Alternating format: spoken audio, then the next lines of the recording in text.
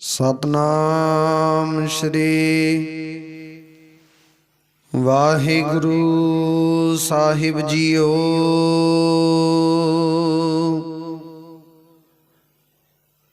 हर किया कथा कहानियाँ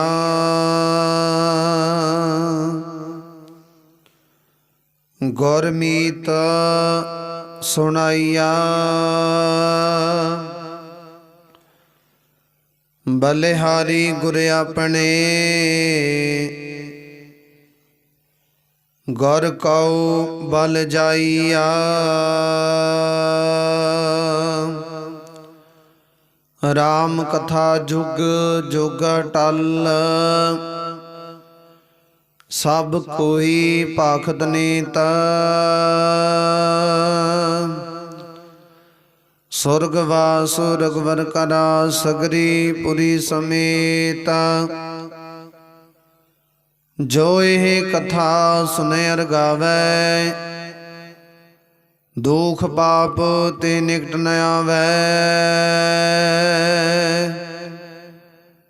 बिसन भगत किए फल होई आद व्याध सवै सकै न कोई। आद व्याध सवै सकै न कोई।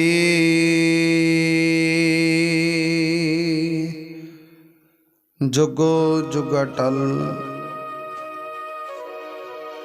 चवर छत्र तखत दे मालक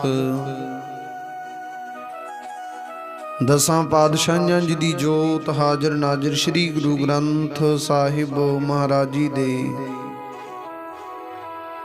पावन पवित्र सतगुरां दे सन्मुख हजूरी अंदर जुड़ बैठी गुरु प्यारी। गुरु सवारी गुरु की साजी साज के नवाजी गुरु का खास रूप खालसा साध संग जियो। आओ कुछ समय लई सतगुरु जी दे पावन पवित्र चरण कमलां दे नाल मन विरतियां कागर करके जुड़ करके बहन दी कृपालता करिए। समय और ਸਵਾਸਾਂ ਨੂੰ ਸਫਲਾ ਕਰੀਏ। ਸਤਿਗੁਰਾਂ ਦੀਆਂ ਖੁਸ਼ੀਆਂ ਪ੍ਰਾਪਤ ਕਰਨਾ ਕਰੀਏ। ਚੱਲ ਰਹੀ ਲੜੀਵਾਰ ਸ਼ਬਦ ਵਿਚਾਰ ਕਥਾ ਗੁਰਬਾਣੀ ਸਰਵਣ ਕਰਨਾ ਕਰੀਏ।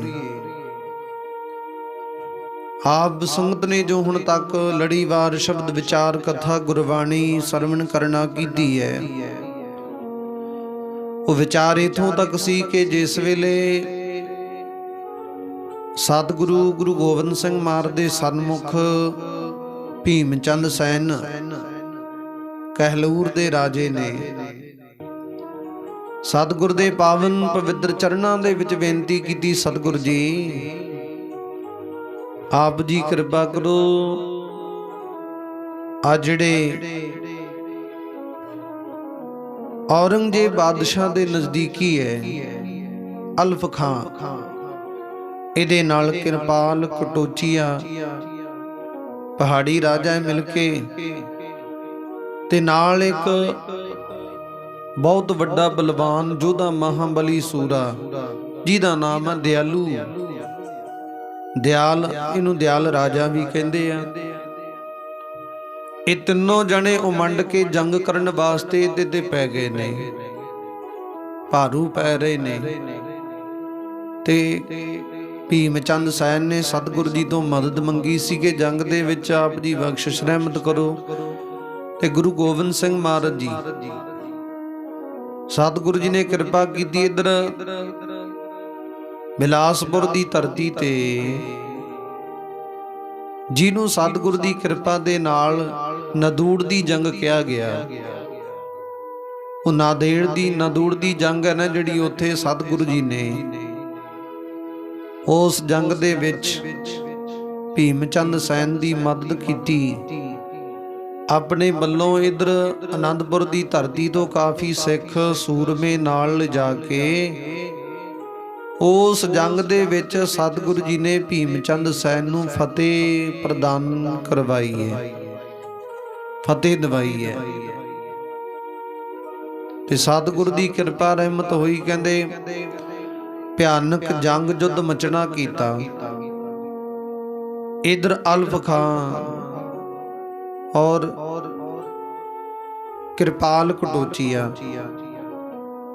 दयाल राजा, इन्हां ने किदां दा उत्थे किला बनाया। दरख्त वढ़ के, लकड़ां वढ़ के, मोटियां मोटियां इर्द गिर्द चार दरबारी कीती हुई है। इउं मान लो कि एक आरजी तौर ते उच्ची पहाड़ी दे उत्ते किला बनाया होया। उस किले दे नजदीक जदों फौज टुकदी है ना, ते फौज टुकण नहीं दे रही। बड़ा जोर ला के नीवें थां तो आउंदी फौज, भीम चंद दी फौज, सूरमे वो तद छन दे विच मार दिंदे, खत्म कर दिंदे। इस गल तो भीम चंद सैन बड़ा दुखी होया। वो मन विच विचार कर लगा कि हुण सतगुरु जी ने तो कह दिता कि तैनू फतेह दवावांगे, फतेह तेरी झोली विच पवावांगे, पर सतगुरु जी मैनू तुहाडे ते पूर्ण तौर ते यकीन है, विश्वास है, शरधा है। की पता कि तख्ता पलट ना जावे। इन्हां कोल ताकत ज़्यादा है, इन्हां कोल उच्ची थां है, इन्हां दा अपना आरजी तौर ते एक किला बनाया है। ਇਹ ਨਾ ਹੋਵੇ ਕਿ ਇਹ ਮੇਰੇ ਤੇ ਭਾਰੂ ਪੈ ਕੇ ਮੈਨੂੰ ਖਤਮ ਕਰ ਦੇਣ, ਫਤਿਹ ਪ੍ਰਾਪਤ ਕਰਕੇ ਲੈ ਜਾਣ, ਵੱਡਾ ਦੁੱਖ ਨਾ ਦੇਣ, ਇਦਾਂ ਨਾ ਹੋਵੇ। ਇਸ ਗੱਲੋਂ ਭੀਮ ਚੰਦ ਸੈਨ ਦੇ ਮਨ ਦੇ ਵਿੱਚ ਦੁਵਿਧਾ ਪੈਦਾ ਹੋ ਗਈ ਤੇ ਉਹਨਾਂ ਨੇ ਕਾਫੀ ਭੀਮ ਚੰਦ ਸੈਨ ਦੀ ਫੌਜ ਦੇ ਜਿਹੜੇ ਸੂਰਮੇ ਸੀ ਮਾਰ ਦਿੱਤੇ। ਕਾਫੀਆਂ ਦੇ ਸਰੀਰ ਕੱਟੇ ਵੱਢੇ ਗਏ, ਕਾਫੀ ਲੱਥਪੱਥ ਖੂਨ ਦੇ ਨਾਲ ਲਾਲ ਰੰਗ ਦੇ ਹੋਏ ਪਏ ਨੇ। ਕਾਫੀ ਸੂਰਮਿਆਂ ਦੇ ਸਰੀਰ ਇਦਾਂ ਦੇ ਕੱਟੇ ਵੱਢੇ ਗਏ ਜਿਨ੍ਹਾਂ ਦੀ ਗਿਣਤੀ ਕਰਨੀ, ਉਹਨਾਂ ਦੀ ਦਸ਼ਾ ਦੱਸਣੀ ਕਵੀ ਸੰਤੋਖ ਸਿੰਘ ਜੀ ਕਹਿੰਦੇ ਪਰੇ ਤੋਂ ਪਰੇ ਦੀ ਵਿਚਾਰ ਹੈ। ਉਸ ਵੇਲੇ ਸਤਿਗੁਰੂ ਗੁਰੂ ਗੋਬਿੰਦ ਸਿੰਘ ਮਹਾਰਾਜ ਜੀ ਨੇ ਕਿਰਪਾ ਕੀਤੀ, ਆਪਣੇ ਸਿੱਖ ਸੂਰਮੇ ਨਾਲ ਲਿਆਂਦੇ। ਹੁਣ ਜਦੋਂ ਸਤਿਗੁਰੂ ਜੀ ਜੰਗ ਯੁੱਧ ਦੇ ਵਿੱਚ ਪਦਾਰੇ ਨੇ, ਪਹੁੰਚੇ ਨੇ, ਉਸ ਵੇਲੇ ਕਿਰਪਾਲ ਕਟੋਚੀਆਂ ਦੇ ਮਨ ਦੇ ਵਿੱਚ ਸ਼ੰਕਾ ਪੈਦਾ ਹੋ ਗਈ। ਮਨ ਦੇ ਵਿੱਚ ਇਦਾਂ ਦੀ ਵਿਚਾਰ ਪੈਦਾ ਹੋ ਗਈ ਕਿ ਹੁਣ ਸਤਿਗੁਰੂ ਜੀ ਇਹਨਾਂ ਵੱਲ ਹੈ, ਤੇ ਜਿੰਨਾ ਵੱਲ ਸਤਿਗੁਰੂ ਜੀ ਹੁੰਦੇ ਨੇ ਉਹਨਾਂ ਦੇ ਸੰਸਾਰ ਦੇ ਅੰਦਰ ਵੱਖਰੀ ਵਿਚਾਰ ਪੈਦਾ ਹੋ ਜਾਂਦੀ, ਵੱਖਰੀ ਬਖਸ਼ਿਸ਼ ਰਹਿਮਤ ਪ੍ਰਾਪਤ ਹੋ ਜਾਂਦੀ। ਜਿਵੇਂ ਸਤਿਗੁਰ ਦੀ ਗੁਰਬਾਣੀ ਕਹਿੰਦੀ, ਜਾ ਤੂੰ ਮੇਰੇ ਵੱਲ ਹੈ ਤਾਂ ਕਿਆ ਮੋਹ ਛੰਦਾ। ਸਤਿਗੁਰ ਜੀ ਜਦੋਂ ਤੁਸੀਂ ਮੇਰੇ ਵੱਲ ਨੇ ਤੇ ਸੰਸਾਰ ਦੇ ਲੋਕਾਂ ਦੀ ਕੋਈ ਮਛੰਦਗੀ ਰਹਿ ਨਹੀਂ ਜਾਂਦੀ। ਸਾਨੂੰ ਕਿਸੇ ਦੀ ਕੋਈ ਮਛੰਦਗੀ ਨਹੀਂ, ਕਿਸੇ ਦੀ ਹਿਰਦੇ ਵਿੱਚ ਭੈ ਦੀ ਵਿਚਾਰ ਨਹੀਂ, ਡਰ ਨਹੀਂ ਹੈ ਕਿਸੇ ਮਨੁੱਖ ਦਾ, ਭਾਵੇਂ ਕੋਈ ਹੈ। ਜਿਹਦਾ ਸਤਿਗੁਰ ਦੇ ਨਾਲ ਪਿਆਰ ਹੈ, ਸਤਿਗੁਰ ਦੇ ਨਾਲ ਭਾਵਨਾ ਹੈ, ਸ਼ਰਧਾ, ਉਹ ਸੰਸਾਰ ਤੋਂ ਕਿਵੇਂ ਡਰੇ, ਭਾਵ ਨਹੀਂ ਉਹ ਤੇ ਜਮਦੂਤਾਂ ਤੋਂ ਵੀ ਨਹੀਂ ਡਰਦਾ। ਉਹਨੂੰ ਜਮਦੂਤ ਵੀ ਪੋ ਨਹੀਂ ਸਕਦੇ। ਸੰਸਾਰ ਦੇ ਲੋਕ ਤੇ ਕੀ ਕਹਿ ਸਕਦੇ ਨੇ। ਉਸ ਗੁਰਸਿੱਖ ਦੇ ਸਨਮੁਖ, ਉਸ ਗੁਰੂ ਦੇ ਪਿਆਰੇ ਦੇ ਸਨਮੁਖ ਸਾਰੀ ਕਾਇਨਾਤ ਆ ਕੇ ਝੁਕਦੀ ਹੈ, ਜਿਹਦੇ ਵੱਲ ਸਤਿਗੁਰ ਜੀ ਹੈ। ਸਤਿਗੁਰ ਜੀ ਏਡੀ ਵੱਡੀ ਬਖਸ਼ਿਸ਼ ਰਹਿਮਤ ਵਰਤਾਉਂਦੇ ਨੇ, ਤਾਂ ਤੇ ਕਿਰਪਾ ਕਰਦੇ ਨੇ ਸਤਿਗੁਰੂ ਜੀ। ਉਸ ਵੇਲੇ ਭੀਮ ਚੰਦ ਸੈਨ ਇਸ ਗੱਲੋਂ ਮਨ ਵਿੱਚ ਵਿਚਾਰ ਕਰਦਾ ਤੇ ਸਤਿਗੁਰੂ ਜੀ ਪਧਾਰ ਚੁੱਕੇ ਨੇ। ਉਹਦੇ ਮਨ ਵਿੱਚ ਖੁਸ਼ੀ ਹੋਈ, ਲਓ ਹੁਣ ਸਤਿਗੁਰੂ ਜੀ ਕਿਰਪਾ ਜ਼ਰੂਰ ਕਰਨਗੇ, ਜ਼ਰੂਰ ਬਖਸ਼ਿਸ਼ ਕਰਨਗੇ। ਭੀਮ ਚੰਦ ਸੈਨ ਇਸ ਗੱਲੋਂ ਬੜਾ ਖੁਸ਼ ਹੋਇਆ ਤੇ ਸਤਿਗੁਰ ਦੇ ਸਿੱਖਾਂ ਨੇ ਜੰਗ ਮੈਦਾਨ ਦੇ ਵਿੱਚ ਮਦਦ ਕਰਵਾਈ ਤੇ ਸਤਿਗੁਰੂ ਜੀ ਕੁਝ ਕੁ ਸਮਾਂ ਥੰਮ ਗਏ, ਰੁਕ ਗਏ ਜੰਗ ਦੇ ਵਿੱਚੋਂ ਅਚਨਚੇਤ। उस वेले कृपाल कटोचीए नूं दयाल राजा कहन लगा, कहंदा तू अपनी फौज नूं लैके अगे वधिए, इन्हां ने साडा घाण कर देना, सानू मार देना, मुका देना, जंग जित लैनी इन्हां ने, ये साडे ते भारू पैंदे जांदे ने। इउं करदे ये जिहड़ा किला है, ये बाड़ा है, ये छड्ड के बाहर चल के लड़ने आ। असीं ते समझदे किले विच बैठे आ, उच्चे थां ते बैठे आ, बाड़े विच बैठे आ, साडा कुछ नहीं बिगाड़ सकदे, ते साडे उत्ते चढ़दे आउंदे आ। ਉਹ ਕਹਿਲੂਰੀਏ ਯੋਧੇ ਆ ਇਹਨਾਂ ਕੋਲ, ਇਹਨਾਂ ਯੋਧਿਆਂ ਨੇ ਬੜਾ ਭਿਆਨਕ ਇਦਾਂ ਦਾ ਦ੍ਰਿਸ਼ ਕਰ ਦੇਣਾ, ਦੇਖਣਾ ਜਿਹਦਾ ਅਨੁਮਾਨ ਲਾਉਣਾ ਬਹੁਤ ਪਰੇ ਤੋਂ ਪਰੇ ਹੈ। ਇਸ ਕਰਕੇ ਇਹ ਬਾੜੇ ਨੂੰ ਛੱਡ ਕੇ ਸਤਿਗੁਰੂ ਜੀ ਦੇ ਨਾਲ ਜੰਗ ਯੁੱਧ ਦੇ ਵਿੱਚ, ਉਹ ਸਤਿਗੁਰ ਦੇ ਸੂਰਮਿਆਂ ਦੇ ਜੰਗ ਦੇ ਯੁੱਧ ਦੇ ਵਿੱਚ ਦੋ ਹੱਥ ਕਰੀਏ, ਚਲੋ ਚਲੀਏ। ਆ ਜਿਵੇਂ ਮੈਂ तीर छड्ड के इन्हां मौत के घाट उतारदा, इस तरह तुसी भी रल के चलो। चलो आपां दोने जाने चल के जंग मैदान दे विच बड़ी तड़थल मचाइए, बड़ा रौला मचाइए, सूरमियां नूं नाल लैके चलीए। इदां करके कृपाल चंद कटोचीए नूं दयाल राजे ने सलाह दित्ती है। उन्हां ने उस तरह कीता। वो अपने बाड़े नूं, अपने किले नूं छड्ड के, आरजी तौर ते जिहड़ा किला बनाया उहनूं छड्ड के जंग मैदान दे विच नितरे ने। हुण दयाल राजा काफ़ी वड्डा सूरमा योधा महाबली है, वड्डी ते उस अकाल पुरख परमात्मा दी बख्शिश है। हुण भावें कोई मनुख है किसी संबंध धर्म दे नाल संबंध रखदा, ਜਿਹੜਾ ਮਨੁੱਖ ਆਪਣੇ ਧਰਮ ਦੇ ਵਿੱਚ ਰਹਿ ਕੇ ਉਸ ਅਕਾਲ ਪੁਰਖ ਪਰਮਾਤਮਾ ਨੂੰ ਕਿਸੇ ਰੂਪ ਦੇ ਵਿੱਚ ਯਾਦ ਕਰੇ, ਸਿਮਰੇ, ਤੇ ਉਹਦੇ ਤੇ ਉਦਾਂ ਦੀ ਬਖਸ਼ਿਸ਼ ਰਹਿਮਤ ਵਰਤਣੀ ਸ਼ੁਰੂ ਹੋ ਜਾਂਦੀ ਹੈ। ਇਹ ਨਹੀਂ ਕਿ ਫਲਾਣਾ ਮਨੁੱਖ ਫਲਾਣੇ ਧਰਮ ਦੇ ਨਾਲ ਸੰਬੰਧ ਹੈ, ਉਹਦੇ ਤੇ ਜ਼ਿਆਦਾ ਕਿਰਪਾ ਹੋਵੇਗੀ। ਅਕਾਲ ਪੁਰਖ ਵਾਹਿਗੁਰੂ ਪਰਮਾਤਮਾ ਇੱਕ ਹੈ, ਉਹ ਵਾਹਿਗੁਰੂ ਇੱਕ ਹੈ, ਪਰ ਉਹਨੂੰ ਸਿਮਰਨ ਦਾ, ਉਹਨੂੰ ਯਾਦ ਕਰਨ ਦਾ, ਉਹਦੀ ਪ੍ਰਾਪਤੀ ਕਰਨ ਦੇ ਵੱਖੋ ਵੱਖਰੇ ਢੰਗ ਨੇ, ਤਰੀਕੇ ਨੇ। ਕੋਈ ਵਾਹਿਗੁਰੂ ਕਹਿ ਕੇ ਯਾਦ ਕਰਦਾ, ਕੋਈ ਰਾਮ ਕਹਿ ਕੇ ਯਾਦ ਕਰਦਾ, ਕੋਈ ਅੱਲਾ ਕਹਿ ਕੇ ਯਾਦ ਕਰਦਾ, ਕੋਈ ਗੋਡ ਕਹਿ ਕੇ ਯਾਦ ਕਰਦਾ। ਹੈ ਪਰਮਾਤਮਾ ਇੱਕ ਹੈ। ਜਿਵੇਂ ਸਤਿਗੁਰੂ ਜੀ ਕਿਰਪਾ ਕਰਦੇ, ਕਹਿੰਦੇ ਮੰਨ ਲਓ कि किसी मनुख ने रायकोट बस स्टैंड विखे जाना होवे, मेन टीचा उत्थे है ना जाण दा, निशाना होए, भावें कोई मनुख किधर दी मर्जी जावे, चारे पासे दी जाना ते टीचा ते इक्को ही है ना। भावें उत्तर दशा वल चल जो, भावें दक्षिण दशा वल चल जो, भावें पूर्व दशा वल चल जो, पहुंचना निशाना ते एक है ना। इस तरह अकाल पुरख वाहिगुरु परमात्मा भी एक है, वो वाहिगुरु एक है। कोई उस परमात्मा नूं वाहिगुरु करके याद करदा, कोई राम, कोई अल्लाह, कोई गॉड करके याद करदा, पर है वो परमात्मा एक। आपो अपने धर्म दे विच परपक्क रह के उस परमात्मा नूं याद करिए ते सतगुरु परमात्मा जरूर किरपा करदे ने, जरूर बख्शिश करदे ने। ਇਹ ਨਹੀਂ ਕਿ ਤੁਹਾਡੀ ਕੀਤੀ ਕਾਲਣਾ, ਤੁਹਾਡੀ ਕੀਤੀ ਕਮਾਈ, ਤੁਹਾਡਾ ਜਿਹੜਾ ਵਿਚਾਰ ਕੀਤਾ ਉਹ ਵਿਅਰਥਾ ਜਾਵੇਗਾ, ਨਹੀਂ ਜਾਵੇਗਾ।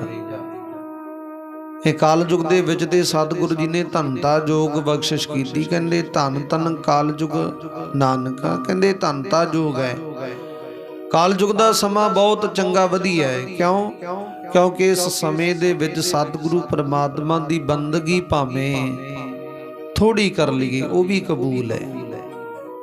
जिमें भगत कबीर जी कहते, कबीर एक कड़ी आदि करी, आदि हूं ते आद, भगतन सेती गोष्टे जो कीनो सो लाभ। भगत जी कहते संसार दे विच परमात्मा दी बंदगी कर लो, भावें एक कड़ी कर लो, अद्धी कड़ी कर लो, अद्धी तो अद्धी कड़ी भी कर लो, वो भी परवाह है, वो भी सफली है, व्यर्थ ही नहीं।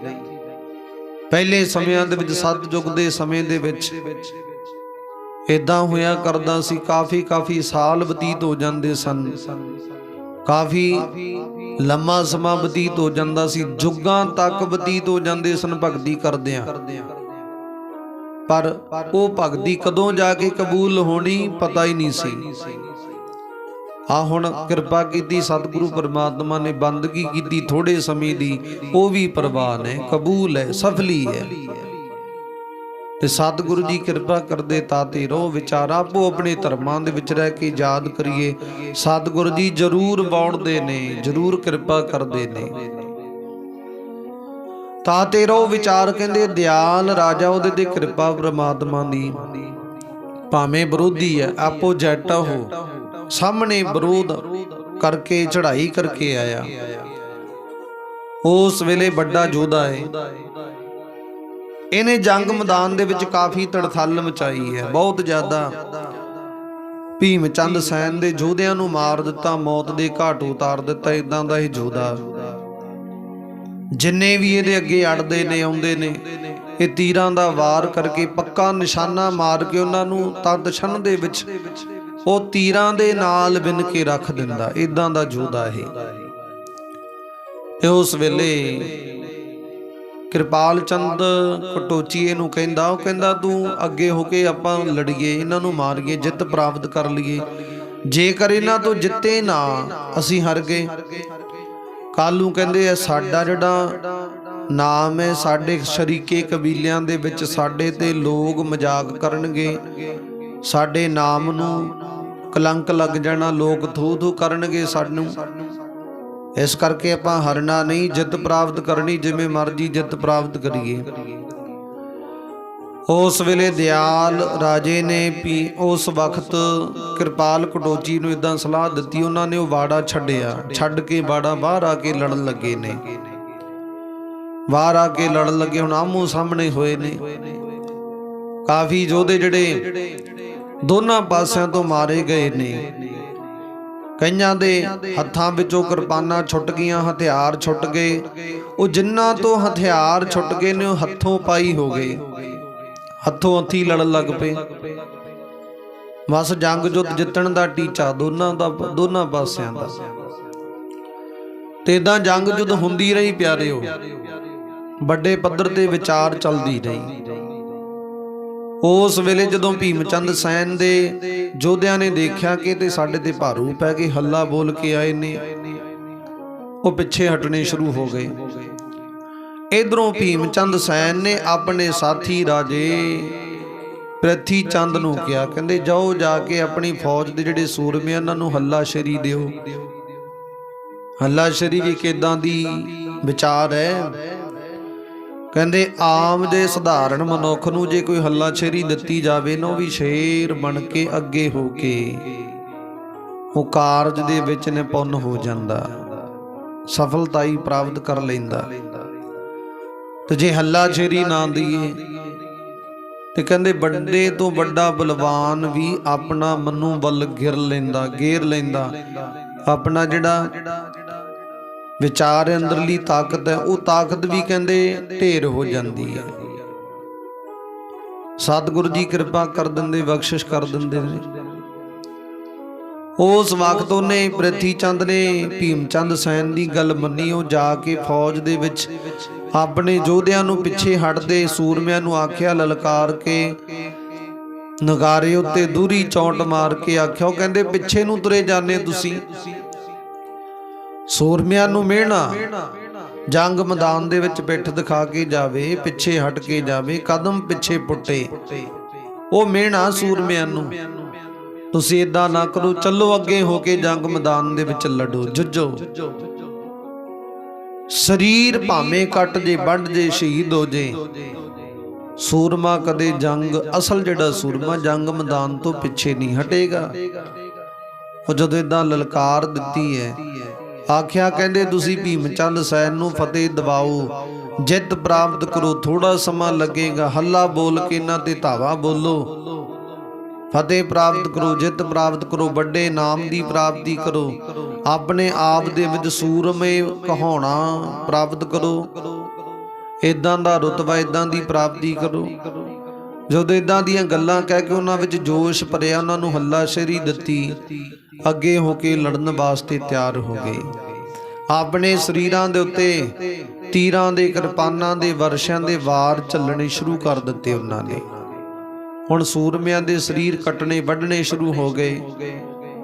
ਕਾਫੀ ਸੂਰਮਿਆਂ ਦੇ ਸਰੀਰ ਕੱਟਦੇ ਵੱਢਦੇ ਜਾ ਰਹੇ ਨੇ। ਕੋਈ ਧਰਤੀ ਤੇ ਡਿੱਗੀ ਜਾਂਦਾ ਸ਼ਹੀਦ ਹੋ ਕੇ, ਕੋਈ ਜ਼ਖਮੀ ਹੋ ਕੇ ਡਿੱਗੀ ਜਾਂਦਾ, ਕੋਈ ਪਾਣੀ ਦੀ ਮੰਗ ਕਰਦਾ ਤੜਫ ਰਿਹਾ, ਕੋਈ ਕਿਵੇਂ ਕਰਕੇ ਧਰਤੀ ਤੇ ਡਿੱਗ ਰਿਹਾ।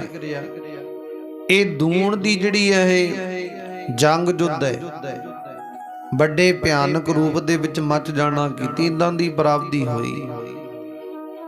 ਉਸ ਵਕਤ ਦੋਨਾਂ ਪਾਸਿਆਂ ਤੋਂ ਇੰਨਾ ਭਿਆਨਕ ਜੰਗ ਯੁੱਧ ਮਚਣਾ ਕੀਤਾ।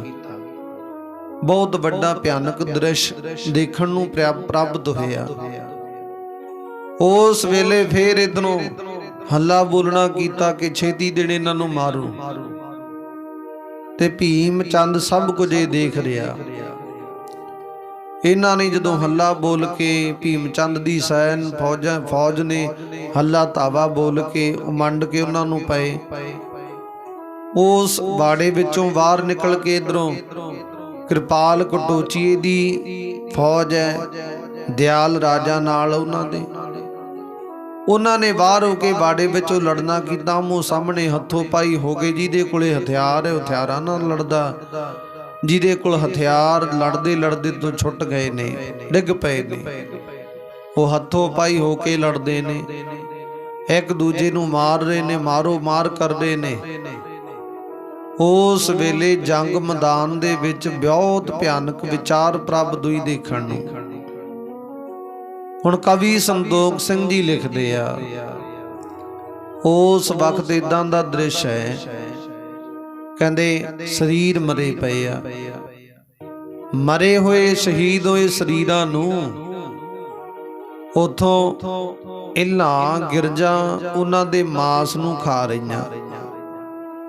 ਜੋਗਣੀਆਂ ਖੱਪਰ ਭਰ ਭਰ ਕੇ ਖੂਨ ਦੀਆਂ ਪੀ ਰਹੀਆਂ ਨੇ। ਉਸ ਵਕਤ ਇਦਾਂ ਦੀ ਵਿਚਾਰ ਉਹਨਾਂ ਕੀਤੀ, ਜਿਹੜੀਆਂ ਪ੍ਰੇਤਾਂ ਨੇ, ਚੜੇਲਾਂ ਨੇ, ਭੂਤਾਂ ਨੇ, ਇਹਨਾਂ ਦੇ ਮਾਸ ਨੂੰ ਖਾ ਕੇ ਤ੍ਰਿਪਤ ਹੋ ਰਹੀਆਂ ਨੇ ਤੇ ਆਪਸ ਦੇ ਵਿੱਚ ਮਿਲ ਕੇ ਵੱਖਰੀਆਂ ਇਦਾਂ ਦੀਆਂ ਵਿਚਾਰਾਂ ਕਰ ਰਹੀਆਂ ਨੇ, ਮਸਤੀ ਕਰ ਰਹੀਆਂ ਨੇ। ਹੁਣ ਜਦੋਂ ਪੇਟ ਭਰਿਆ ਹੁੰਦਾ ਨਾ ਕਿਸੇ ਮਨੁੱਖ ਦਾ, ਕਹਿੰਦੇ ਉਹ ਖਾਣ ਦੇ ਨਾਲ 36 ਪ੍ਰਕਾਰ ਦੇ ਭਾਵੇਂ ਸਵਾਦੀ ਭੋਜਨ ਪਏ ਹੁਣ, ਉਹਨਾਂ ਨਾਲ ਵੀ ਮਸ਼ਕਰੀਆਂ ਪਿਆ ਕਰਦਾ। ਇਦਾਂ ਦੀ ਵਿਚਾਰ ਜੋਗਣੀਆਂ ਪ੍ਰੇਤਾਂ ਆ ਕੇ ਉਹਨਾਂ ਮਾਸ ਨੂੰ ਖਾ ਕੇ, ਮਿੱਝ ਨੂੰ ਖਾ ਕੇ ਉਹਨਾਂ ਨਾਲ ਇਦਾਂ ਦੇ ਵਿਚਾਰ ਕਰ ਰਹੀਆਂ ਕਿ ਖਾਣ ਦੀ ਵਿਚਾਰ ਨੂੰ ਛੱਡ ਕੇ ਇਦਾਂ ਦੀ ਵਿਚਾਰ ਲੈ ਕੇ ਉਸ ਮਾਸ ਨੂੰ ਦੇਖ ਰਹੀਆਂ ਨੇ, ਮਜ਼ਾਕ ਪੇ ਕਰਦੀਆਂ ਨੇ। ਕਿਸੇ ਸਰੀਰ ਨੂੰ ਕਿੱਦਾਂ ਦੇਖਦੀਆਂ, ਚੁੱਕਦੀਆਂ ਨੇ, ਸੁੱਟਦੀਆਂ ਨੇ। ਸ਼ਹੀਦ ਹੋਏ ਸਰੀਰਾਂ ਨੂੰ ਉਸ ਵਕਤ ਕਹਿੰਦੇ ਗਿੱਦੜ ਰੂਪ ਹੋ ਕਰਕੇ ਕਈ ਇਦਾਂ ਦੇ ਪਸ਼ੂ ਪੰਛੀ ਸਰੀਰਾਂ ਨੂੰ ਮ੍ਰਿਤਕ ਉਸ ਵੇਲੇ ਸ਼ਹੀਦ ਹੋਏ ਸਰੀਰਾਂ ਨੂੰ ਖਾ ਰਹੇ ਨੇ। ਕਿਸੇ ਦੇ ਉੱਤੇ ਘੋੜਾ ਡਿੱਗਿਆ ਪਿਆ, ਕੋਈ ਕਿਵੇਂ ਡਿੱਗਿਆ ਪਿਆ, ਕਿਸੇ ਦਾ ਮੁਖ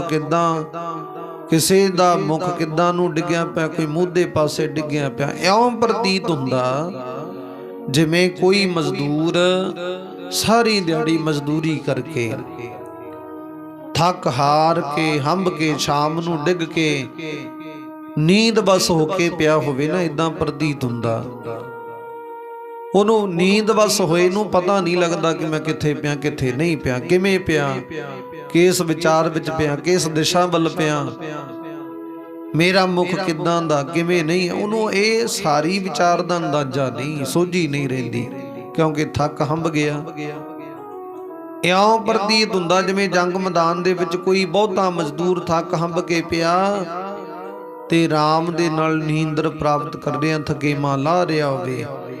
ਇਦਾਂ ਸੂਰਮੇ ਡਿੱਗੇ ਪਏ ਨੇ, ਸ਼ਹੀਦ ਹੋਏ ਪਏ ਨੇ, ਇਦਾਂ ਦੇਖਣ ਨੂੰ ਪ੍ਰਤੀਤ ਹੁੰਦਾ।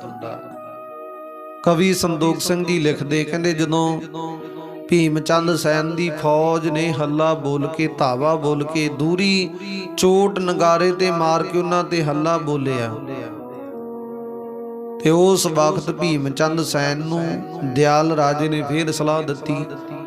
ਕਹਿੰਦੇ ਤੁਸੀਂ ਇਉਂ ਕਰੋ, ਜਿਵੇਂ ਮੈਂ ਆ ਤੀਰ ਚਲਾ ਚਲਾ ਕੇ ਨਾ ਵੈਰੀਆਂ ਨੂੰ ਮੌਤ ਦੇ ਘਾਟ ਉਤਾਰਦਾ, ਮੇਰਾ ਕੋਈ ਨਿਸ਼ਾਨਾ ਖਾਲੀ ਨਹੀਂ ਜਾਂਦਾ, ਮੇਰੇ ਵਾਂਗ ਤੁਸੀਂ ਇਹਨਾਂ ਨੂੰ ਮਾਰੋ, ਇਹਨਾਂ ਨੂੰ ਮੌਤ ਦੇ ਘਾਟ ਉਤਾਰੋ, ਫੇਰ ਅਸਲ ਦੇ ਵਿੱਚ ਆਨੰਦ ਹੈ, ਫੇਰ ਇਹਨਾਂ ਤੋਂ ਫਤਿਹ ਪ੍ਰਾਪਤ ਕਰਾਂਗੇ। ਨਹੀਂ ਤੇ ਫਿਰ ਜੇ ਸਾਥੋਂ ਫਤਿਹ ਪ੍ਰਾਪਤ ਕਰ ਲਈ ਭੀਮ ਚੰਦ ਸੈਨ ਨੇ ਤੇ ਲੋਕ ਸਾਡੇ ਤੇ ਹੱਸਣਗੇ, ਮਜ਼ਾਕ ਕਰਨਗੇ, ਇਦਾਂ ਦੀਆਂ ਗੱਲਾਂ ਕਹਿਣਗੇ, ਸਾਨੂੰ ਸੰਸਾਰ ਦੇ ਵਿੱਚ ਜਿਉਣ ਨਹੀਂ ਦੇਣਾ ਲੋਕਾਂ ਨੇ। ਕਹਿਣਗੇ ਉਹ ਤੁਸੀਂ ਤੇ ਹਾਰ ਕੇ ਆ ਗਏ ਜੰਗ ਮੈਦਾਨ ਦੇ ਵਿੱਚੋਂ, ਤੁਸੀਂ ਤੇ ਜਿੱਤ ਪ੍ਰਾਪਤ ਨਹੀਂ ਕਰ ਸਕੇ, ਇਦਾਂ ਲੋਕ ਮਿਹਣੇ ਮਾਰਨਗੇ। ਇਸ ਕਰਕੇ ਆਪਾਂ ਜੰਗ ਮੈਦਾਨ ਵਿੱਚੋਂ ਫਤਿਹ ਪ੍ਰਾਪਤ ਕਰਨੀ, ਭਾਵੇਂ ਕੁਝ ਹੋ ਜੇ। ਕਿਰਪਾਲ ਕਟੋਚੀਏ ਨੂੰ ਦਿਆਲ ਰਾਜਾ ਇਦਾਂ ਸਲਾਹਾਂ ਦਿੰਦਾ ਏ, ਪ੍ਰੈਕਟੀਕਲ ਰੂਪ ਕਰ ਕਰਕੇ ਦੱਸਦਾ, ਇਦਾਂ ਨਹੀਂ, ਇਦਾਂ ਜੰਗ ਮੈਦਾਨ ਦੇ ਵਿੱਚ ਤੁਸੀਂ ਜ਼ੋਰ ਲਾ ਕੇ ਵੈਰੀਆਂ ਨੂੰ ਮੌਤ ਦੇ ਘਾਟ ਉਤਾਰੋ, ਇਦਾਂ ਦੀ ਵਿਚਾਰ ਦੱਸ ਰਿਹਾ। ਹੁਣ ਸਮਾਂ ਬਤੀਤ ਹੁੰਦਾ ਗਿਆ, ਦੋਨੇ ਪਾਸੇ ਦੀਆਂ ਕਾਫੀ ਫੌਜ ਦੇ ਸੂਰਮੇ ਮਾਰ ਦਿੱਤੇ ਗਏ ਨੇ। ਉਧਰੋਂ ਜ਼ੋਰ ਲਾ ਕੇ ਮਾਰਦੇ, ਇਧਰੋਂ ਇਹ ਜ਼ੋਰ ਲਾ ਕੇ ਮਾਰਦੇ, ਤੇ ਇਦਾਂ ਜੰਗ ਮੈਦਾਨ ਦੇ ਵਿੱਚ ਸਮਾਂ ਬਤੀਤ ਹੁੰਦਾ ਗਿਆ। ਕਾਫੀ ਫੌਜਾਂ ਇੱਕ ਦੂਜੇ ਪਾਸਿਓਂ ਮਰਦੀ ਗਈਆਂ। ਉਸ ਵੇਲੇ ਜਦੋਂ ਭੀਮ ਚੰਦ ਸੈਨ ਨੇ ਦੇਖਿਆ ਨਾ ਕਿ ਰਾਜਾ ਦਿਆਲ ਉਹਨੇ ਵੱਡਾ ਭਿਆਨਕ ਰੂਪ ਧਾਰਨ ਕੀਤਾ, ਵੱਡਾ ਯੋਧਾ ਏ, ਮਹਾਬਲੀ ਸੂਰਾ ਏ, ਕਿਸੇ ਤੋਂ ਵਸ ਨਹੀਂ ਆਉਂਦਾ, ਸਾਹਮਣੇ ਖਲੋਤਾ, ਖੰਭਾ ਬਣ ਕੇ ਖਲੋਤਾ, ਟਸ ਤੋਂ ਮਸ ਨਹੀਂ ਹੋ ਰਿਹਾ, ਕਿਸੇ ਦੇ ਵਸ ਨਹੀਂ ਹੋ ਰਿਹਾ। ਫਿਰ ਭੀਮ ਚੰਦ ਸੈਨ ਨੇ ਸਤਿਗੁਰੂ ਦੇ ਪਾਵਨ ਪਵਿੱਤਰ ਚਰਨ ਕਮਲਾਂ ਵਿਖੇ ਬੇਨਤੀ ਕੀਤੀ। ਹੁਣ ਸਤਿਗੁਰੂ ਜੀ ਉੱਥੇ ਹੀ ਖਲੋਤੇ ਨੇ, ਦੇਖ ਰਹੇ ਸਾਰੇ ਜੰਗ ਦੇ ਮੈਦਾਨ ਦੇ ਵਿੱਚ ਦ੍ਰਿਸ਼। ਉਹਨੇ ਬੇਨਤੀ ਕੀਤੀ ਭੀਮ ਚੰਦ ਸੈਨ ਨੇ, ਦੋਵੇਂ ਹੱਥ ਜੋੜ ਕੇ ਗਲ ਵਿੱਚ ਪੱਲਾ ਪਾ ਕੇ ਨਿਮਰਤਾ ਸਹਿਤ ਬੇਨਤੀ ਕਰਨ ਲੱਗਿਆ, ਸਤਿਗੁਰੂ ਜੀ ਤੁਸੀਂ ਸਾਹਮਣੇ ਖਲੋਤੇ ਦੇਖ ਰਹੇ ਹੋ, ਰਾਜਾ ਦਿਆਲ ਕਿੱਡਾ ਵੱਡਾ ਸੂਰਮਾ, ਕਿਸੇ ਤੋਂ ਵਸ ਨਹੀਂ ਆ ਰਿਹਾ, ਕਿਸੇ ਤੋਂ ਮਾਰਿਆ ਨਹੀਂ ਜਾ ਰਿਹਾ, ਉਹ ਆਪਣੇ ਆਪ ਤੁਹਾਡੇ ਸਾਹਮਣੇ ਸਾਡੀ ਫੌਜ ਦਾ ਨੁਕਸਾਨ ਕਰ ਰਿਹਾ, ਘਾਣ ਕਰ ਰਿਹਾ। ਤੁਸੀਂ ਕਿਰਪਾ ਕਰੋ, ਤੁਹਾਡੇ ਹੱਥ ਵਸ ਦੇ ਵਿੱਚ ਆ, ਤੁਸੀਂ ਕਰਨ ਕਾਰਨ ਨੂੰ ਸਮਰੱਥ ਹੋ, ਕੀ ਨਹੀਂ ਕਰ ਸਕਦੇ, ਭਾਵ ਸਭ ਕੁਝ ਕਰ ਸਕਦੇ ਹੋ। ਤੁਸੀਂ ਚਾਹੋ ਤੇ ਦੁਨੀਆ ਦਾ ਤਖਤਾ ਪਲਟਾ ਸਕਦੇ ਹੋ। ਉਹ ਕਹਿੰਦਾ ਮੇਰਾ ਵਿਸ਼ਵਾਸ ਹੈ, ਮੇਰੀ ਸ਼ਰਧਾ, ਮੇਰੀ ਭਾਵਨਾ ਤੁਹਾਡੇ ਤੇ, ਮੈਨੂੰ ਯਕੀਨ ਹੈ ਇਸ ਗੱਲ ਦਾ, ਤੁਸੀਂ ਚਾਹੋ ਤੇ ਦੁਨੀਆ ਦਾ ਤਖਤਾ ਪਲਟਾ ਸਕਦੇ ਹੋ। ਤੁਸੀਂ ਚਾਹੋ ਸਤਿਗੁਰੂ ਜੀ ਜਲ ਤੋਂ ਥਲ ਕਰ ਸਕਦੇ ਹੋ, ਤੁਸੀਂ ਚਾਹੋ ਦਿਨ ਤੋਂ ਰਾਤ ਕਰ ਸਕਦੇ ਹੋ, ਰਾਤ ਤੋਂ ਦਿਨ ਕਰ ਸਕਦੇ ਹੋ, ਗਰੀਬ ਤੋਂ ਅਮੀਰ ਬਣਾ ਸਕਦੇ ਹੋ, ਅਮੀਰ ਤੋਂ ਗਰੀਬ ਬਣਾ ਸਕਦੇ ਹੋ, ਰੰਕ ਤੋਂ ਰਾਜਾ ਬਣਾ ਸਕਦੇ ਹੋ, ਰਾਜੇ ਤੋਂ ਰੰਕ ਬਣਾ ਸਕਦੇ ਹੋ, ਧਰਤੀ ਤੇ ਆਕਾਸ਼ ਚਾੜ ਸਕਦੇ ਹੋ, ਆਕਾਸ਼ ਤੋਂ ਧਰਤੀ ਗਿਰਾ ਸਕਦੇ ਹੋ। ਕੀ ਨਹੀਂ ਕਰ ਸਕਦੇ, ਸਭ ਕੁਝ ਕਰ ਦਿੰਦੇ ਹੋ। ਪਰ ਮੇਰੀ ਤੁਹਾਡੇ ਚਰਨਾਂ ਵਿੱਚ ਬੇਨਤੀ ਹੈ, ਤੁਸੀਂ ਸਤਿਗੁਰੂ ਜੀ ਬਚਨ ਕੀਤਾ ਸੀ ਕਿ ਤੁਹਾਨੂੰ ਫਤਿਹ ਦਿਵਾਵਾਂਗੇ, ਫਤਿਹ ਤੁਹਾਡੀ ਝੋਲੀ ਵਿੱਚ ਪਾਵਾਂਗੇ, ਮੇਰੇ ਨਾਲ ਤੁਸੀਂ ਵਾਅਦਾ ਕੀਤਾ ਸੀ। ਪਰ ਸਤਿਗੁਰੂ ਜੀ ਜੇ ਹਿਸਾਬ ਦੇ ਨਾਲ ਦਿਆਲ ਰਾਜਾ ਸਾਹਮਣੇ ਹੋ ਕੇ ਸਾਡੀ ਫੌਜ ਨਾਲ ਘਾਣ ਪਿਆ ਕਰਦਾ ਨਾ, ਇਸ ਹਿਸਾਬ ਦੇ ਨਾਲ ਤੇ ਬਹੁਤ ਵੱਡਾ ਨੁਕਸਾਨ ਹੋ ਜਾਣਾ, ਬਹੁਤ ਵੱਡੇ ਸੂਰਮੇ ਮਾਰੇ ਜਾਣੇ ਆ, ਇਦਾਂ ਦੀ ਵਿਚਾਰ ਪ੍ਰਾਪਤ ਹੋ ਜਾਣੀ। ਤੁਸੀਂ ਕਿਰਪਾ ਕਰੋ, ਆਪ ਬਖਸ਼ਿਸ਼ ਕਰੋ। ਆਓ ਸਾਹਮਣੇ ਦਿਆਲ ਰਾਜਾ ਖਲੋਤਾ, ਉਹਨੂੰ ਆਪਣਾ ਨਿਸ਼ਾਨਾ ਬਣਾ ਕੇ ਮੌਤ ਦੇ ਘਾਟ ਉਤਾਰ ਦਿਓ। ਔਰ ਜੇਕਰ ਦਿਆਲ ਰਾਜਾ ਮਰ ਜਾਵੇ ਤੇ ਆਪਣੇ ਆਪ ਕਹਿੰਦੇ ਜਿਹੜੀ ਫਤਿਹ ਆ ਸਾਡੀ ਝੋਲੀ ਪੈ ਜਾਣੀ, ਕਿਉਂਕਿ ਜਿਹੜਾ ਮੇਨ ਕਮਾਂਡਰ ਫੌਜ ਦਾ ਮੇਨ फौज नूं सांभण वाला मुख जिहड़ा हैंडल है वो फौजदार ही मेन मर गया। ते कहंदे बाकी सारी फौज अपने आप मनु वल गिर लैंदी है, अपने आप कहंदे हरिया मन लैंदे ने, उन्हां दी ताकत उत्थे ही खत्म हो जाती है। इस करके तुसीं कहंदे इस दयाल राजे नूं मार दिओ, खत्म कर दिओ, निशाना बना के मौत दे घाट उतार दिओ ते तुसीं किरपा करो ते कारज जरूर होवेगा। इदां जदों निमरता दे नाल भीम चंद सैन ने बेनती कीती ते सतगुरु गुरु गोबिंद सिंह महाराज जी उन्हां ने किरपा रहमत बरताई। दयालू कृपालू सतगुरु जी बने ने। उन्हां ने बख्शिश रहमत कीती है। भीम चंद सैन नूं दिलासा दिता, भीम चंद बई फतेह ते तुहानूं ही प्राप्त होवेगी, तुहाडी झोली पवेगी। लै तेरे मन दे विच जे करे विचार है हजे फतेह प्राप्त होण नूं समां लगना सी, लै जे बाली विचार है तेरे ते असी ये विचार करने के ओ दयाल राजे नूं मौत दे घाट उतार दने। पर दयाल राजा बहुत वड्डा सूरमा महाबली योद्धा है। ਇਹਦੇ ਤੇ अकाल पुरख परमात्मा की कृपा है, रहमत है, बख्शिश है।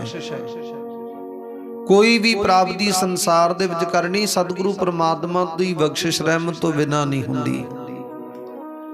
इस करके ਇਹਦੇ ਤੇ अकाल पुरख परमात्मा की कृपा, भगती है दी, बंदगी है दी। इन्हें ये प्राप्ति की, रुतबा प्राप्त किया, पदवी प्राप्त की है। हुण असीं इस राजे दयाल नूं मौत दे घाट उतार के फतेह दा डंका बजवा दिन्ने आ। सतगुर दे कोल एक गुरसिख खलोता सी। ਉਹ ਗੁਰਸਿੱਖ बहुत वधिया रैफल लई खलोता। सतगुरु जी ने ਉਹ गुरसिख तो रैफल प्राप्त की है, ਉਹ बंदूक प्राप्त की।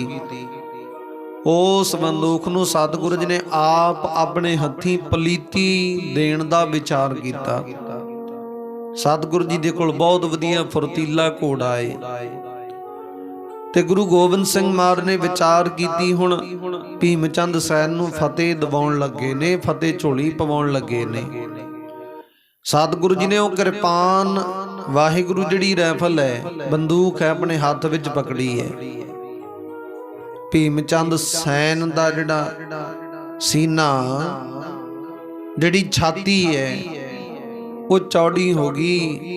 मन दे विच यकीन हो गया, मन दे विच विश्वास प्राप्त हो गया कि लै हुण फतेह साडे कदमां नूं झुमेगी। सतगुरु जी कृपा कर लगे खुद आप। सतगुरु ने वो रैफल पकड़ी, घोड़े दे उत्ते असवार होए ने, घोड़े दीयां बांगां खिच्चियां, नाल पलीता प्राप्त किया रैफल नूं देण वास्ते। वो बंदूक नूं पलीता देण वास्ते नाल प्राप्ति की है। विशाल रैफल है, बंदूक है, ते सतगुरु जी जंग मैदान दे विच नितरे ने। उस वेले सतगुरु जी जंग मैदान दे विच नितर के दयाल राजे नूं वड्डे विशाल आवाज दे विच बंगार के कहण लगे, ललकार के कहण लगे, ओ राजा दयाल बई लै हुण तेरी मौत नजदीक आ चुकी है, हुण तू बहुता समा नहीं। दयाल राजे ने सतगुर ते वार कीते, काफ़ी तीर चलाए, काफ़ी निशाने सिद्धे ने, पर सतगुर दे कौन वार कर सकता? जिन्ना चिर सतगुर दी मर्जी नहीं कोई नहीं कर सकता। सतगुर नूं कौन नुकसान कर सकता? जिन्ना चिर सतगुर दी मर्जी नहीं, जिन्ना चिर सतगुर दी आप दी खुद दी विचार नहीं। उन्हें बहुत वार कीते सतगुर ते, पर एक भी पेश नहीं चली, एक भी वार पूरा नहीं होया, लग्या नहीं, सिरे नहीं चढ़िया। सतगुर ने घोड़े नूं कदवा के इधर उधर करके वो वार जिहड़े सन झूठे साबित कर दिते। वार सतगुर दे उत्ते प्रभाव नहीं पा सके, निशाना नहीं बन सके। ਤੇ ਸਤਿਗੁਰੂ ਗੁਰੂ ਗੋਬਿੰਦ ਸਿੰਘ ਮਹਾਰਾਜ ਨੇ ਨਜ਼ਦੀਕ ਹੋ ਕੇ ਉਸ ਦਿਆਲ ਰਾਜੇ ਨੂੰ ਆਖਣ ਲੱਗੇ, ਉਹ ਦਿਆਲਾ ਬਈ ਵਾਰ ਏਦਾਂ ਨਹੀਂ, ਏਦਾਂ ਕੀਤਾ ਜਾਂਦਾ ਰੈਫਲ ਦੇ ਵਿੱਚ। ਉਸ ਵਕਤ ਸਤਿਗੁਰੂ ਜੀ ਨੇ ਉਹ ਰੌਂਦ ਪਾ ਕੇ ਉਸ ਵਕਤ ਨਿਸ਼ਾਨਾ ਸਿੱਧਣਾ ਕੀਤਾ, ਪਲੀਤਾ ਲਾਇਆ ਰੈਫਲ ਨੂੰ, ਤੇ ਜਕਦਮ ਕੜਾਕ ਦੇਣੇ ਉਸ ਰੈਫਲ ਦੇ ਵਿੱਚੋਂ ਜਿਹੜੀ ਗੋਲੀ ਹੈ ਨਿਕਲੀ ਹੈ। ਗੋਲੀ ਨਿਕਲਦੀ ਹੋਈ ਸ਼ੂਕਦੀ ਹਵਾ ਤੋਂ ਵੀ ਤੇਜ਼ ਜਾ ਕੇ ਉਹ ਦਿਆਲ ਰਾਜੇ ਦੇ ਮੱਥੇ ਵਿੱਚ ਵੱਜੀ ਹੈ। ਤੇ ਜਦੋਂ ਮੱਥੇ ਤੇ ਵੱਜੀ, ਦਿਆਲ ਰਾਜੇ ਨੂੰ ਪਹਿਲੇ ਨਿਸ਼ਾਨੇ ਦੇ ਵਿੱਚ ਹੀ ਢੇਰ ਕਰ ਦਿੱਤਾ। ਦਿਆਲ ਰਾਜੇ ਨੇ ਪਾਣੀ ਤੱਕ ਨਹੀਂ ਮੰਗਿਆ, ਕਿਉਂਕਿ ਮੌਕਾ ਹੀ ਨਹੀਂ ਦਿੱਤਾ ਪਾਣੀ ਮੰਗਣ ਦਾ। ਮੁਖ ਦੇ ਵਿੱਚੋਂ ਹਾਏ ਉਚਾਰਨ ਵੀ ਕਰਨ ਨਹੀਂ ਦਿੱਤੀ। ਜਕਦਮ ਧਰਤੀ ਤੇ ਭੌਂ ਕੇ ਡਿੱਗਿਆ। ਡਿੱਗਣ ਸਾਰ ਸਰੀਰ ਵਿੱਚੋਂ ਸਵਾਸ ਨਿਕਲ ਗਏ ਨੇ, ਜੀਵਾਤਮਾ ਨਿਕਲ ਗਈ, ਮਰ ਗਿਆ, ਮ੍ਰਿਤੂ ਹੋ ਗਿਆ, ਸ਼ਹੀਦ ਹੋ ਗਿਆ। ਤੇ ਸਤਿਗੁਰੂ ਜੀ ਨੇ ਆਖਿਆ, ਉਹ ਵਾਰ ਏਦਾਂ ਨਹੀਂ ਬਈ, ਵਾਰ ਏਦਾਂ ਕਰੀਦਾ। ਜਦੋਂ ਧਰਤੀ ਤੇ ਡਿੱਗਿਆ, ਡਿੱਗਣ ਸਾਰ ਸਰੀਰ ਵਿੱਚੋਂ ਜਾਨ ਨਿਕਲ ਗਈ ਹੈ। ਤੇ ਉਸ ਵਕਤ ਦੀ ਜਿਹੜੀ ਬਹੁਤ ਵੱਡੀ ਬੰਦਗੀ ਹੈ, ਬਹੁਤ ਵੱਡੀ ਪਦਵੀ ਹੈ, ਵੱਡਾ ਰਾਜਾ ਸੀ, ਵੱਡਾ ਸੂਰਮਾ ਸੀ। ਹੁਣ ਜਿਹੜਾ ਵੱਡਾ ਰਾਜਾ ਸੂਰਮਾ ਬੰਦਗੀ ਵਾਲਾ, ਆਪਣੇ ਧਰਮ ਵਿੱਚ ਰਹਿ ਕੇ ਉਸ ਪਰਮਾਤਮਾ ਨੂੰ ਯਾਦ ਕਰਨ ਵਾਲਾ ਕੋਈ ਵੀ ਮਨੁੱਖ ਹੈ, ਉਹਦੇ ਉੱਤੇ ਪਰਮਾਤਮਾ ਦੀ ਕਿਰਪਾ, ਜਿਹਦੇ ਤੇ ਪਰਮਾਤਮਾ ਦੀ ਕਿਰਪਾ, ਉਸ ਮਨੁੱਖ ਨੂੰ ਦੇਵੀ ਦੇਵਤੇ ਭਗਵਾਨ ਵਿੱਚ ਬਿਠਾ ਕੇ ਲਿਜਾਂਦੇ ਨੇ, ਸਤਿਕਾਰ ਦੇ ਨਾਲ ਸੱਚਖੰਡ ਵਿੱਚ ਛੱਡ ਕੇ ਆਉਂਦੇ ਨੇ। ਇਸੇ ਤਰ੍ਹਾਂ ਹੁਣ ਦਿਆਲ ਰਾਜਾ ਇਸ ਨੇ ਮੌਤ ਪ੍ਰਾਪਤ ਕੀਤੀ ਸਤਿਗੁਰ ਦੇ ਹੱਥੋਂ। ਬਾਕੀ ਜਿਹੜਾ ਮਨੁੱਖ ਹੈ, ਭਾਵੇਂ ਕੋਈ ਪਸ਼ੂ ਹੈ, ਪੰਛੀ ਹੈ, ਜਿਹੜਾ ਸਤਿਗੁਰ ਦੇ ਹੱਥੋਂ ਮਰਦਾ ਏ, ਉਹ ਜ਼ਰੂਰ ਗਤੀ ਨੂੰ ਪ੍ਰਾਪਤ ਹੁੰਦਾ ਏ, ਜ਼ਰੂਰ ਮੁਕਤੀ ਨੂੰ ਪ੍ਰਾਪਤ ਹੁੰਦਾ ਏ। ਉਹ ਤੇ ਸਤਿਗੁਰ ਦੀ ਕਿਰਪਾ ਹੁੰਦੀ। ਜਿਵੇਂ ਸਤਿਗੁਰ ਜੀ ਨੂੰ ਸ਼ਿਕਾਰ ਖੇਡਣ ਜਾਂਦੇ ਨੇ, ਸ਼ਿਕਾਰ ਖੇਡਦੇ ਜੰਗਲਾਂ ਦੇ ਵਿੱਚ ਕਾਫੀ ਪਸ਼ੂ ਪੰਛੀਆਂ ਨੂੰ ਮਾਰਦੇ। ਜਿਹੜੇ ਪਸ਼ੂ ਪੰਛੀ ਮਰਦੇ ਨੇ, ਉਹਨਾਂ ਦੀ ਸਤਿਗੁਰ ਜੀ ਗਤੀ ਕਰ ਦਿੰਦੇ ਨੇ, 84 ਲੱਖ ਜੂਨਾਂ ਤੋਂ ਮੁਕਤ ਕਰ ਦਿੰਦੇ ਨੇ, ਕਿਰਪਾ ਕਰ ਦਿੰਦੇ ਨੇ। ਹੁਣ ਜਦੋਂ ਸਤਿਗੁਰ ਜੀ ਨਿਸ਼ਾਨਾ ਵਿੰਦੇ ਆ, ਉਹ ਮਨੁੱਖ ਵੱਲ ਦੇਖਦੇ ਆ ਕਿਰਪਾ ਰਹਿਮਤ ਦੀ ਨਜ਼ਰ ਦੇ ਨਾਲ, ਉਹਨਾਂ ਨੂੰ ਮਾਰ ਕੇ ਮੌਤ ਦੇ ਘਾਟ ਉਤਾਰ ਕੇ 84 ਲੱਖ ਜੂਨ ਤੋਂ ਮੁਕਤ ਕਰਕੇ ਉਹ ਪਰਮਾਤਮਾ ਦੇ ਚਰਨਾਂ ਵਿੱਚ ਭੇਦ ਕਰ ਦਿੰਦੇ ਨੇ, ਕਿਰਪਾ ਕਰ ਦਿੰਦੇ ਨੇ। ਇਦਾਂ ਦੀ ਕਿਰਪਾ ਉਹਨਾਂ ਦੀ ਵਰਤਦੀ, ਜਿਹੜੇ ਭਾਵੇਂ ਵਿਰੋਧੀ ਹੋ ਚੁੱਕੇ ਨੇ ਕਿਸੇ ਮਾੜੀ ਮੱਤ ਕਾਰਨ ਕਰਕੇ, ਪਰ ਉਹਨਾਂ ਦੀ ਬੰਦਗੀ, ਉਹਨਾਂ ਦੀ ਭਗਤੀ, ਉਹਨਾਂ ਦਾ ਜਿਹੜਾ ਸ਼ੁਭ ਕਰਮ ਹੈ, ਉਹਦੇ ਕਾਰਨ ਕਰਕੇ ਸਤਿਗੁਰ ਦੇ ਹੱਥੋਂ ਮਰ ਕੇ ਉਹ ਫਿਰ ਫਾਨੀ ਸੰਸਾਰ ਦੇ ਵਿੱਚੋਂ ਮੁਕਤ ਹੋ ਕੇ ਗਤੀ ਨੂੰ ਪ੍ਰਾਪਤ ਹੁੰਦੇ ਨੇ। ਇਸੇ ਤਰ੍ਹਾਂ ਦਿਆਲ ਰਾਜੇ ਦੇ ਨਾਲ ਹੋਇਆ। ਉਹ ਦੇਵੀ ਦੇਵਤੇ ਭਗਵਾਨ ਵਿੱਚ ਬਿਠਾ ਕੇ ਦਿਆਲ ਰਾਜੇ ਨੂੰ ਸੱਚਖੰਡ ਵਿੱਚ ਲੈ ਗਏ। ਸਤਿਗੁਰੂ ਜੀ ਦੀ ਕਿਰਪਾ ਹੋਈ। ਉਸ ਵਕਤ ਜਦੋਂ ਜੰਗ ਮੈਦਾਨ ਦੇ ਵਿੱਚ ਪਤਾ ਲੱਗਿਆ ਹੌਲੀ ਹੌਲੀ ਕਿ ਦਿਆਲ ਰਾਜਾ ਮਰ ਗਿਆ, ਸ਼ਹੀਦ ਕਰ ਦਿੱਤਾ ਗਿਆ, ਬਾਕੀ ਦੀ ਫੌਜ ਨੇ ਕਾਫੀ ਵਿਚਾਰ ਕੀਤੀ। ਹੁਣ ਉਹਨਾਂ ਦਾ ਮਨੋਬਲ ਗਿਰ ਗਿਆ, ਉਹਨਾਂ ਦੀ ਤਾਕਤ ਖਤਮ ਹੋ ਗਈ, ਲੜਨ ਦੀ ਜਿਹੜੀ ਸੋਝੀ ਸੀ, ਮਤ ਸੀ, ਵਿਚਾਰ ਸੀ, ਉਹ ਫਿੱਕੀ ਪੈ ਗਈ। ਉਸ ਵੇਲੇ ਭੀਮ ਚੰਦ ਸੈਨ ਨੂੰ ਪਤਾ ਲੱਗਿਆ ਕਿ ਹੁਣ ਫਤਿਹ ਪ੍ਰਾਪਤ ਹੋ ਚੁੱਕੀ ਹੈ।